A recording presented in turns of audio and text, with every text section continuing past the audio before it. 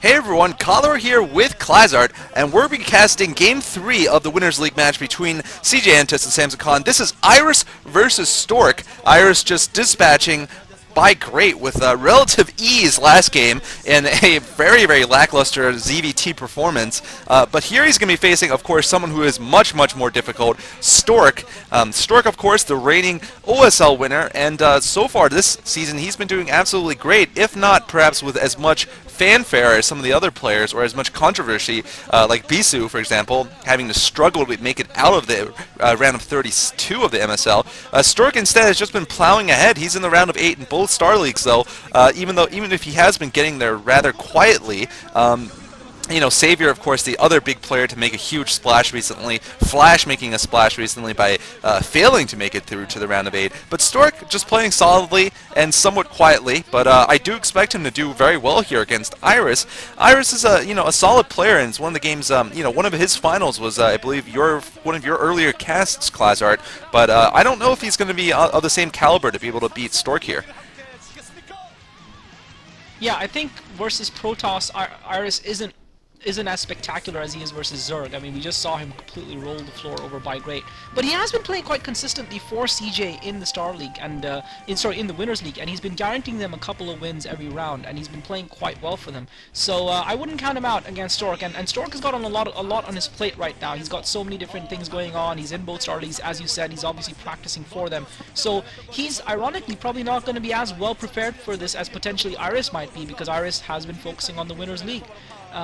But yeah, I mean, Stork is an interesting player because he's for some reason he's not one of those players that attracts a huge fan base. He doesn't seem to engender the same level of excitement that players like Savior or Bisu or Flash or Jaedong managed to create in the fans. And I don't know why that is. I can't put my finger on it. He doesn't seem to have a unique and remarkable style or something special that defines his style of play that just makes people want to watch him and be attracted by his play. But he is a very strong player and a consistent sort of player. He's more like a Michael Chang. For those of you guys who remember tennis from way back when, he's more like the kind of hard-working guy who maybe doesn't have the greatest amount of natural talent, but makes the most of what he has by working hard and focusing. But it looks like we've got Colosseum here. We've got Stork at the top left-hand corner at the 11 o'clock position, and the Iris at the top right at the 1 o'clock. And maybe Cholera will correct me here if he knows a little bit more about Stork's uniqueness and where that lies. Well, that's a good question. I mean, I think a lot of excitement was around the fact that he never won a gold medal. His uniqueness was the fact he never got a gold until he won the gold. Now he doesn't even have that. He's no longer the king of silver. Only NC Yellow will be able to hold that title. But I know what you're saying, kind of. I think there's a couple of things that are very unique about Stork, though. First, he's very good with Reavers. He sort of invented a kamikaze Reaver strategy in Protoss versus Protoss, which is definitely very exciting to watch.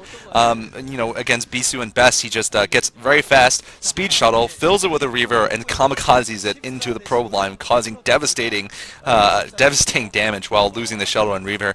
Another thing I'd say he's very good at is carriers, although we haven't been seeing that of late because carriers just have not been very popular against Terran recently. I think it's because of the flash build, the fast armory and the fast +1 attack that makes the carriers really just much weaker. Not just the +1, of course. Getting the fast upgrades in general, getting the +2, for example, makes Goliaths do 28 damage per volley hit. And all that does contribute to the fact that carriers have been not in fashion recently. But Stork is very good with carriers, though. I'm sure you remember back in the day.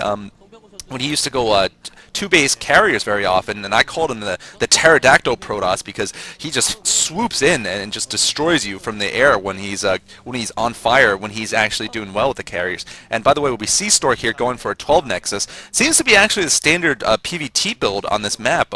Most of the games I've casted have started off with a 12 Nexus because it is relatively easy to defend. So yeah, I would say carriers and speed shuttles are the two things I can think of that are unique from Stork's play. Yeah, it's interesting that this is a standard build and yet Iris seems to not anticipate it because he's walled off his choke, he's got his racks down, his supply depot, Yeah.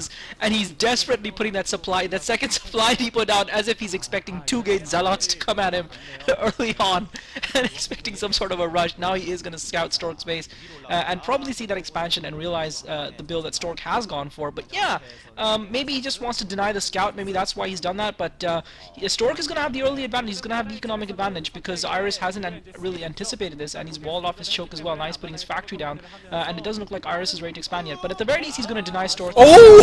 And Oh! Iris is building a bunker inside Stork's base. He's seen what Stork has gone for. He's starting to build a bunker. He doesn't have any Marines out though. So how is he think going it's to a try fake. and how is he going to get them there before the Zealots get out? Yeah, he's now that's been cancelled. So I don't see what the point of that was. Looks like Stork put a second gateway, started a second gateway, and now Iris is expanding. But Iris is definitely behind.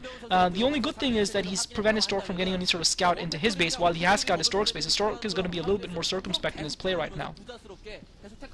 Yeah, I mean, I think that bunker might have just been a fake to try to get Stork to draw some of his probes out and attack it. We see Terran players sometimes do that. Say they go for a standard 10 barracks, and they see a fast expand. They'll just put down a bunker next to it, and then forces the Zerg player to take all of his drones out and start attacking, and then they can just cancel it for only a loss of a fourth of the resources. But obviously that didn't work, and that wasn't going to work against Stork, who, even if there was a bunker rush of some bizarre sort, would have been able to deal with it at that point. So.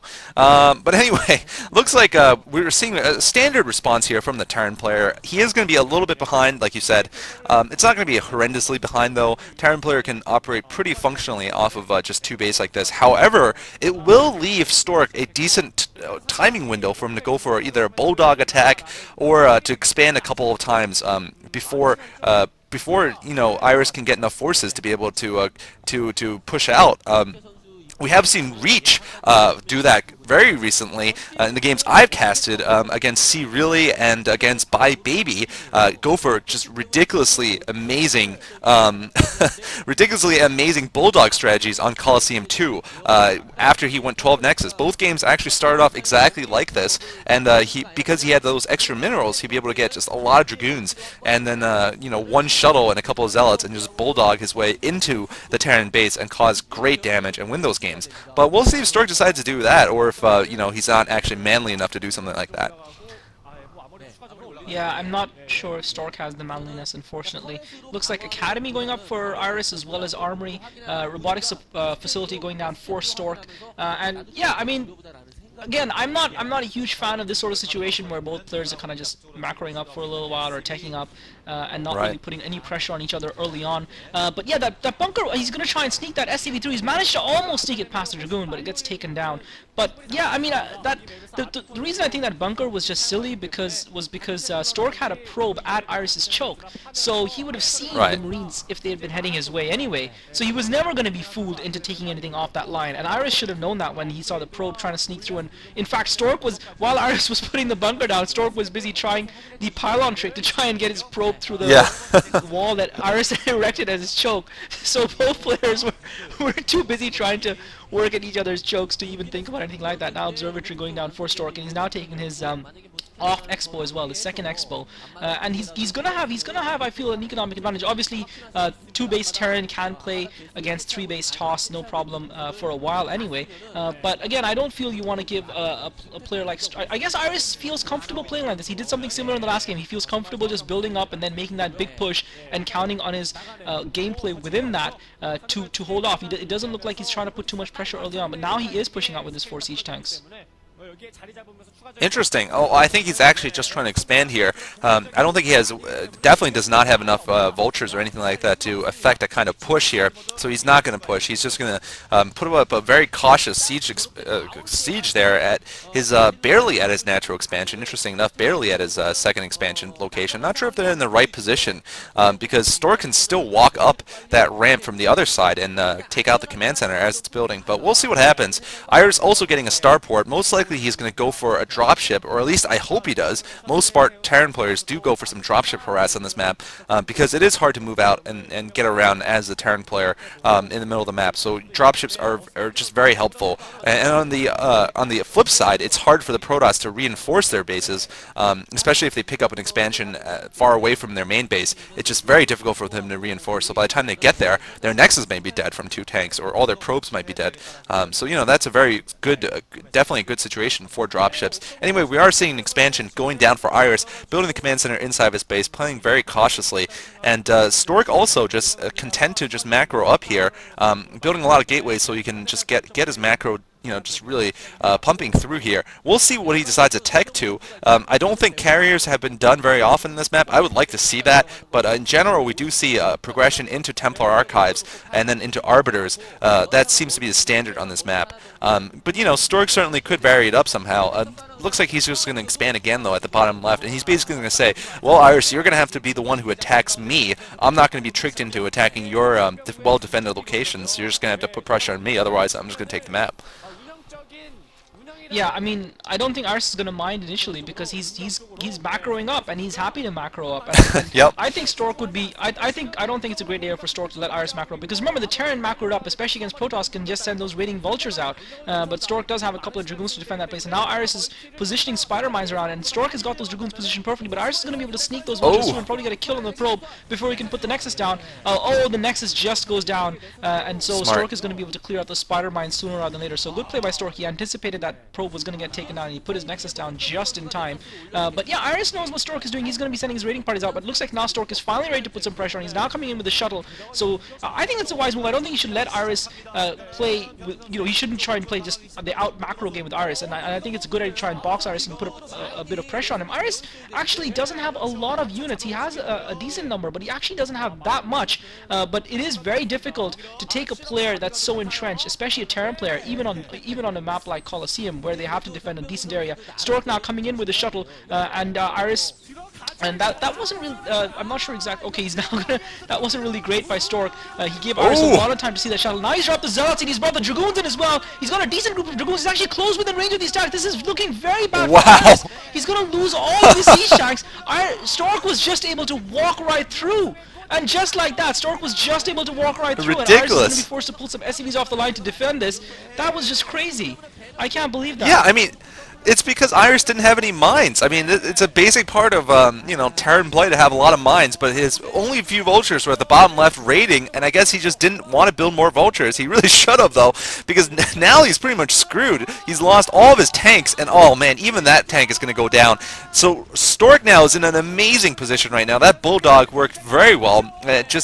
Even though Stork does not have nearly the same size of a cojones as Reach does, he certainly managed to pull off, a Reach-like move there with that very nice timing attack there. Very, very nice Bulldog strategy. And the thing is, what revealing the shuttle got Iris to do was unsiege all of his tanks. I think you probably noticed that also. He had almost all of his tanks unsieged because they were afraid of getting Zealot bombed. And because he had them unsieged, Stork was able to walk up there without taking that many hits on his Dragoons, which is a very, very brilliant strategy from Stork. And I gotta say, we're talking about solid play like that. I mean, that's just a solid move against a Terran player on Colosseum, and that's what Stork is good for. Very, very solid play. Now Iris trying to make up for the deficit by, finally getting a lot of mines, and he's pumping a lot of factories. But fact of the matter is, he won't be able to get a new expansion up for any time soon, and he won't be able to push out because he's lost all of his tanks. So Stork has this game well in hand right now. I feel it's going to be very hard for Iris to come back. Yeah, Iris had a heavy economic disadvantage, obviously, and that's the thing about Stork, is that whatever else you say about him, the one thing you can't do against Stork is make any sort of mistake, because he will punish you. He's very good at punishing people for their mistakes, because he's such a solid player, even though he's not really known for being extraordinarily flashy. And I don't think that was such a manly move by Stork, to be honest. I mean, he had the observer there, he saw that there were no spider mines, and he saw an opportunity, and he took it. He just managed to bang his way through. It was of the style of man people. Of the man toss. I Right, I guess. But I mean, the thing that surprises me is that Iris has 3 command centers, or had 3 command centers at that point. He's now got that command center back in there, and he had a very early academy. So how he just did not seem to see what Stork was doing at all. It's like he didn't scan or didn't see Right. how many gateways Stork had or how many dragoons Stork had. Now Iris getting a decent surround on a handful of dragoons in the middle of the map and killing off a small amount of Stork's army. But Stork has still got a large army, and Stork is just going to try and trap these vultures. So Iris is just trying to inflict some sort of damage on Stork's forces. Stork doing a great job with the Zealoth, though, to avoid the bulk of that Mind Force. But you can just see that Stork has built up a large army, and now he's got that bottom left-hand side working for him as well. He's got the bottom left-hand base mining for him as well. So he's just got a massive advantage over Iris. And yeah, I mean, from this point on, it's just a question of how long it's going to take for Stork to kill Iris. Because obviously, Iris is not going to be able to build up enough forces or come back in this game. I don't know what Iris can do to come back in this game, but at the same time, it is difficult to break down that Terran defense, as I said, or it should have been, although Iris did make it look a lot easier than it is. Yeah, I mean, the main problem, I think, was just the fact that Iris had no spider mines. I mean, it's just it's such a basic part of TVP play that you can't, you can't go cheap on the spider mines when they're so cheap to start with. I mean, they cost almost nothing, and you're supposed to have a ton of them, so that doesn't happen. So Dragoons can't just walk into your base like that without any, Zealots starting off. And oh, look at this! Whoa, oh no! Whoa! Actually, I was just gonna say the dropship's gonna get taken down, but Iris looks like he's finally using his mines correctly now, managing to take out 8 Dragoons there, although his dropship gets stopped temporarily. One thing he could do to get back is by being very, very cost effective like he's doing right now, and also getting off harasses like he's doing right now. It looks like he's going to lose his dropship, but these tanks are going to be able to do a good amount of damage. Like I said, cost efficiency. They're going to be able to rain down a lot of damage against these Dragoons. Actually, it looks like they will get taken down from the top and the bottom now, but what he needs to do is get a lot of good harassment out, and then slowly rebuild his tank force, without losing, of course, to a big recall from Stork. I mean, I don't think it's impossible for him to come back. It's going to take some flash-like play, though. It's also going to take some good EMPs. If he does have his Science Vessels out in time, he needs to EMP those Arbiters before they can use their spells, which are going to be so devastating to him because he has a small army, and certainly a recall or a stasis could be very bad.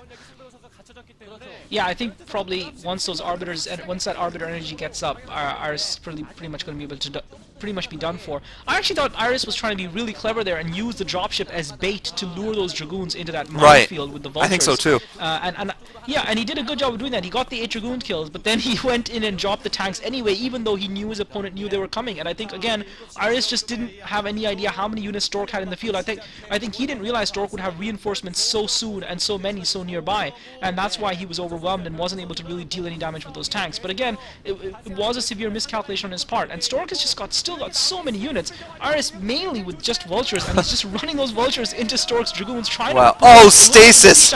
And they get stasis, but Stork doesn't seem to have a lot of Zealots. The Zealots are now finally coming in. Iris does have a few vultures in front, but unfortunately without the siege tank support, it looks like this is going to be GG right here.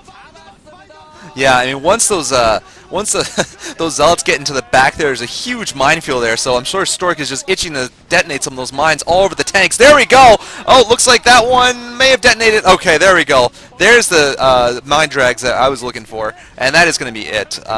Stork can just actually walk in right now, even without any more than what he had right there. Just one stasis was good enough to equalize the army so that an offense was possible, and that's going to be it for Iris. There's a huge amount of Zealots coming up. One thing you gotta say about Stork is that his macro is pretty darn good. He never really makes any mistakes in macro. Pretty much makes no mistakes in macro. You could say that he's as good as Flash in that regard. In fact, even better because Flash has been sort of spotty recently. In any case, though, it looks like there's Quanro, by the way. He's probably itching to get up because he's going to be perhaps he's going to be replacing Iris in the next game. So he's just perhaps getting warmed up to play because he knows Iris is done for.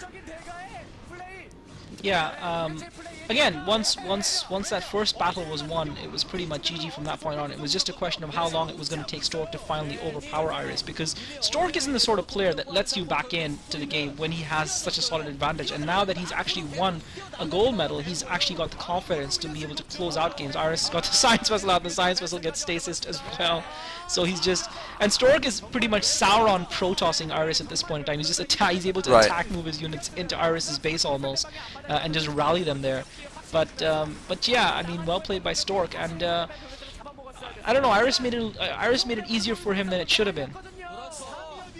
Yeah, I definitely would agree with that. There's no reason why he didn't have mines in front of him. Basically, like I said a couple of times, it sounded like a broken record, but there was no excuse for that. It's inexcusable play. I'm sure the CJ coach is going to give him a little bit of a talking to afterwards, because you're not supposed to make mistakes like that. You're just not. It's a bad way to lose. And here we're seeing Stork. Doesn't even matter if he loses his arbiters. He's got control all over the natural expansions, and I expect the only reason Iris is possibly delaying this longer than he should is because like I said, there might be a little bit of strategy, GG coming from Iris. It might be a little bit of strategy in tiring out your opponents who are going to have to keep playing. But Stork is going to be playing next against Quanro. Not against Quanro. Actually, I don't know who he's going to play against. Maybe against Quanro. I was just going to say he played against Quanro and beat him in the MSL. So we'll see who he plays in the next game. It actually is going to be Quanro in the next game. So it's going to be a rematch. And this should be very exciting to watch.